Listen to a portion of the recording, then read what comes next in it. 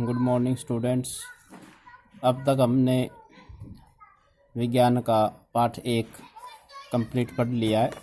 आज हम इसका अभ्यास करेंगे। यहाँ अभ्यास में आप देख सकते हो, ये पहला क्वेश्चन दिया हुआ है कि नीचे दी गई अभिक्रिया के संबंध में कौन सा कथन सत्य है। तो ये अभिक्रिया है लेड ऑक्साइड की कार्बन के साथ अभिक्रिया है। इसमें आप देख रहे हो कि इसमें लेड ऑक्साइड से ऑक्सीजन हटकर कार्बन के साथ जुड़ जाता है।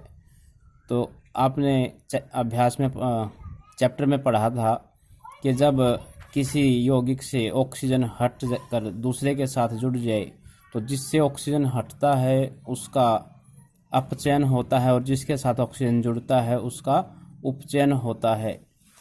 इसमें लेड ऑक्साइड का अपचयन हुआ है और कार्बन का उपचयन हुआ है। तो 4 ऑप्शन में से नीचे हम चेक करते हैं कौन सा ऑप्शन सही है। पहले ऑप्शन में दिया ए एवं बी, दूसरे में दिया ए एवं सी, तीसरे में ए बी एवं सी, चौथे में सभी लिखा है। तो जो ए ऑप्शन ए जो पॉइंट है वो कहता है सीसा अपचयित हो रहा है। दूसरा, कार्बन डाइऑक्साइड उपचयित हो रहा है। तीसरा, कार्बन उपचयित हो रहा है। और चौथा, लेड ऑक्साइड अपचयित हो रहा है।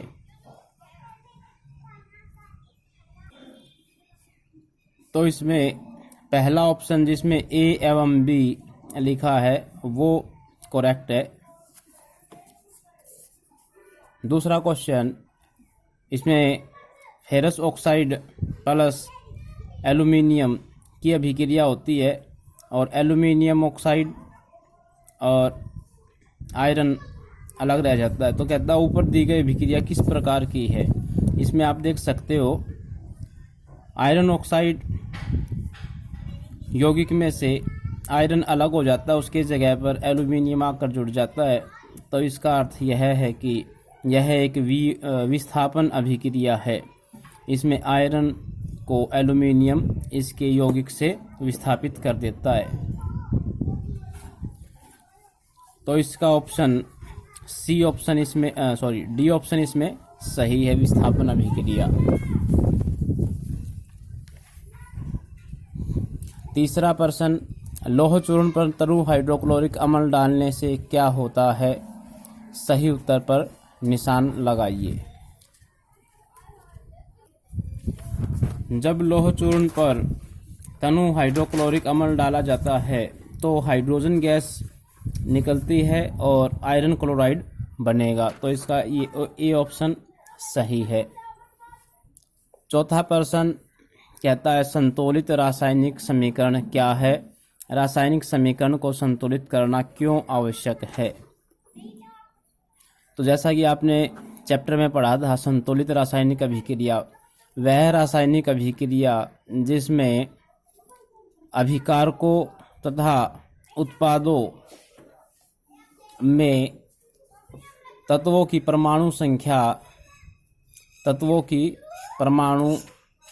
संख्या समान रहती है, जिसमें अभिकारकों की तरफ भी और उत्पादों की तरफ भी समान संख्या में तत्वों के परमाणु होते हैं, वह रासायनिक समीकरण संतुलित रासायनिक समीकरण कहलाती है। अब रासायनिक समीकरण को संतुलित करना क्यों आवश्यक है। आपने चैप्टर में पढ़ा था, 9वीं क्लास में भी आपने ये पढ़ा था कि किसी भी रासायनिक अभिक्रिया में द्रव्यमान का न तो निर्माण होता है और न ही विनाश होता है। अर्थात किसी भी रासायनिक अभिक्रिया के उत्पाद तत्वों का कुल द्रव्यमान अभिकारक तत्वों के कुल द्रव्यमान के बराबर होता है। अतः इसीलिए अभिकारकों तथा उत्पाद के द्रव्यमान को समान करने के लिए रासायनिक समीकरण को संतुलित करना आवश्यक है। अब 5वां प्रश्न, निम्न कथनों को रासायनिक समीकरणों के रूप में परिवर्तित कर उन्हें संतुलित कीजिए। तो पहले पार्ट में कहता है नाइट्रोजन हाइड्रोजन गैस के संयोग से करके अमोनिया बनाता है। तो सबसे पहले हम इसका शब्द समीकरण लिख ले। नाइट्रोजन जमा हाइड्रोजन हमें देता है अमोनिया। नाइट्रोजन और हाइड्रोजन यहाँ दोनों ही गैसीय रूप में है।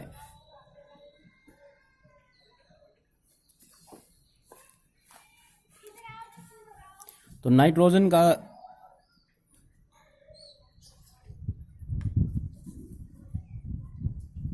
अणु को हम इस तरीके से लिखते हैं, हाइड्रोजन के अणु को हम ऐसे लिखते हैं H2 से। तो यहाँ अमोनिया का सूत्र होता है NH3। जैसा कि आप यहाँ देख रहे हो, यहाँ अभिकारकों की द्रव्यमान संख्या और उत्पादों की द्रव्यमान संख्या समान नहीं है।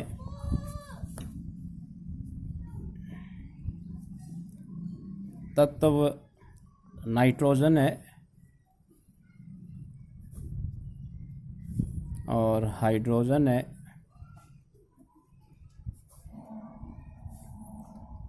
लेफ्ट साइड पर द्रव्यमान संख्या, राइट साइड पर द्रव्यमान संख्या।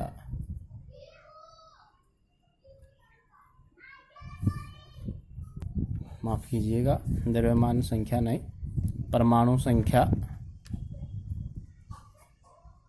परमाणुओं की संख्या और परमाणुओं की संख्या।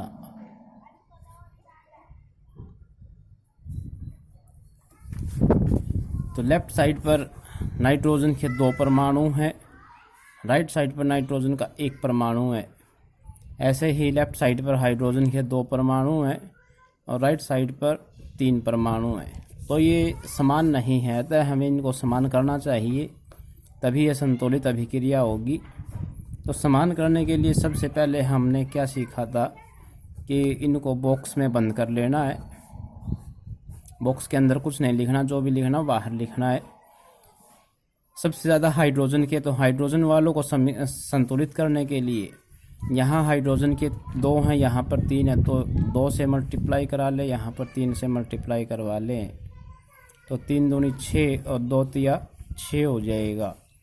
अब यहाँ हाइड्रोजन के बराबर करने के लिए जब हमने 2 से मल्टीप्लाई करवाया और इधर 3 से मल्टीप्लाई करवाया, तो यहाँ पर नाइट्रोजन के भी 2 हो गए, नाइट्रोजन के लेफ्ट साइड पर भी 2 है, अतः अब यह समान है।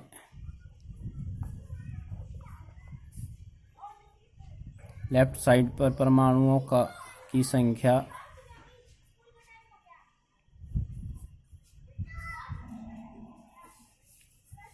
राइट साइड पर परमाणुओं की संख्या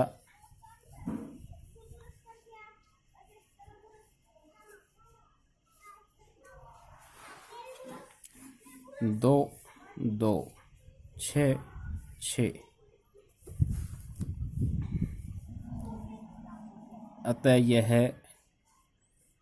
अतः अब यह संतुलित रासायनिक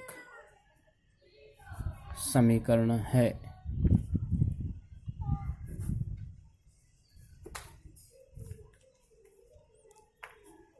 तो इसकी संतुलित रासायनिक समीकरण होगी N2 नाइट्रोजन प्लस 3 हाइड्रोजन और 2 अमोनिया। तो यह इसकी संतुलित रासायनिक अभिक्रिया है। इसी तरीके से हमने इसके अगले पार्ट करने हैं। दूसरे पार्ट में कहता है हाइड्रोजन सल्फाइड गैस का वायु में दहन होने पर जल एवं सल्फर डाइऑक्साइड बनता है।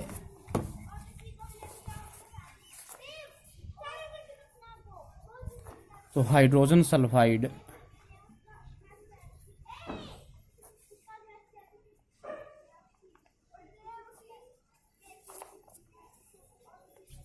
वायु में दहन, क्योंकि दहन ऑक्सीजन की मौजूदगी में होता है, तो ये बनाता है जल एवं सल्फर डाइऑक्साइड।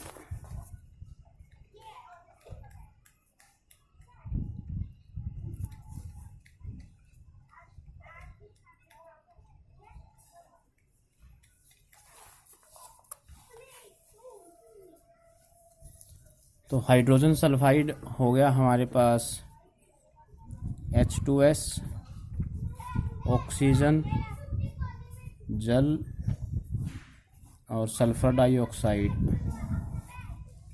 तत्व हाइड्रोजन है, सल्फर है, ऑक्सीजन है। लेफ्ट हैंड साइड पर परमाणुओं की संख्या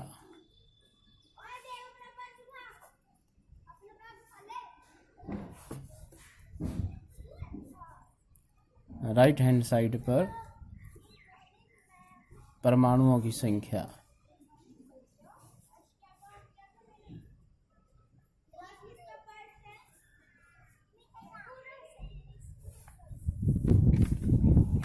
दो, दो, एक, एक, दो, दो। यहाँ ये लेफ्ट साइड पर भी परमाणुओं की संख्या, राइट साइड पर परमाणुओं की संख्या समान है, अतः यह संतुलित रासायनिक समीकरण है।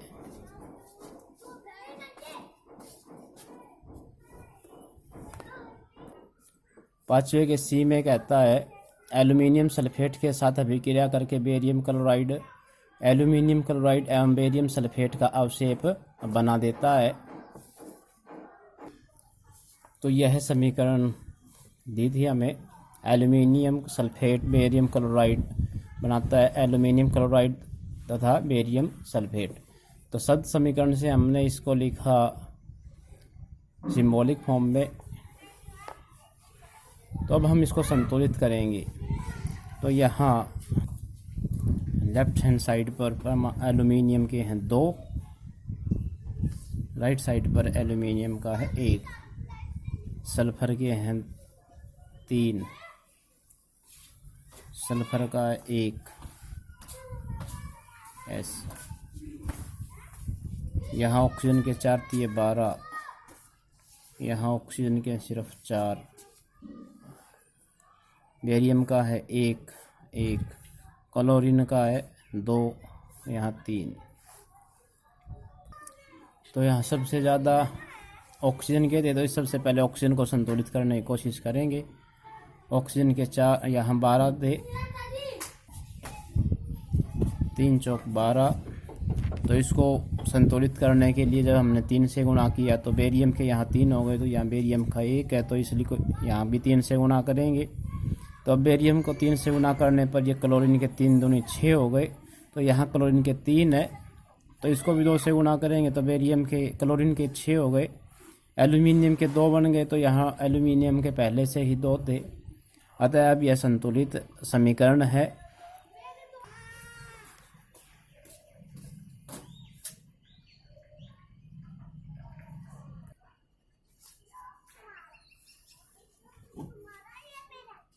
पार्ट में 5वें के डी पार्ट में पोटेशियम धातु जल के साथ अभिक्रिया करके पोटेशियम हाइड्रोक्साइड एवं हाइड्रोजन गैस देती है।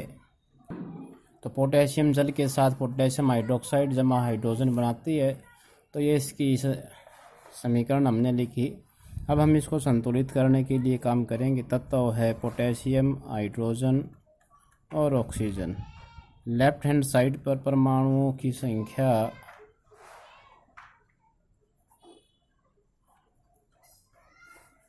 और राइट हैंड साइड पर परमाणुओं की संख्या।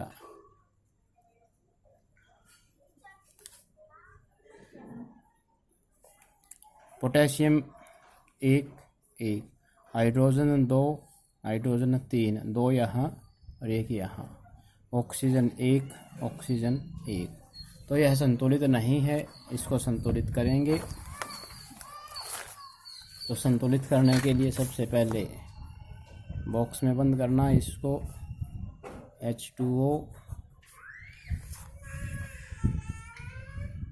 Potassium hydroxide, hydrogen gas. तो हाइड्रोजन के संतुलित करने के लिए इसको 3 से गुणा कर लें। इसको 3 से गुणा करने पर ये 6 हो जाएंगी। तो 6 नहीं कर, तो हम इसको पहले 2 से गुणा कर लें। 2 से गुणा करने में ये हाइड्रोजन के 4 हो जाएंगे, ऑक्सीजन के 2। तो हाइड्रोजन के 2 ये हैं, 2 यहाँ लिख दें। अब ऑक्सीजन के 2 हो गए, हाइड्रोजन के 2 हो गए, हाइड्रोजन के 2 और 2 4 हो गए। यहाँ पोटेशियम के भी 2 हैं, तो इसको भी 2 से गुणा कर दे। तो संतुलित समीकरण अब हो गई हमारे पास।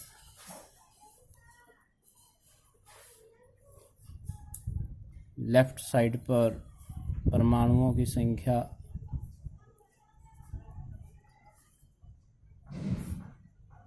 राइट साइड पर परमाणुओं की संख्या।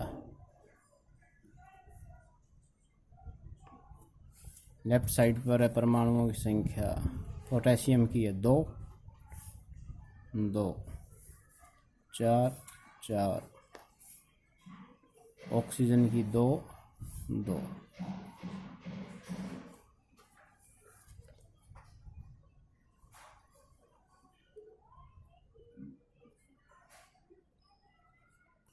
अतः यह संतुलित समीकरण होगी। इसी के साथ आज का काम यहीं समाप्त करते हैं, बाकी कल करेंगे।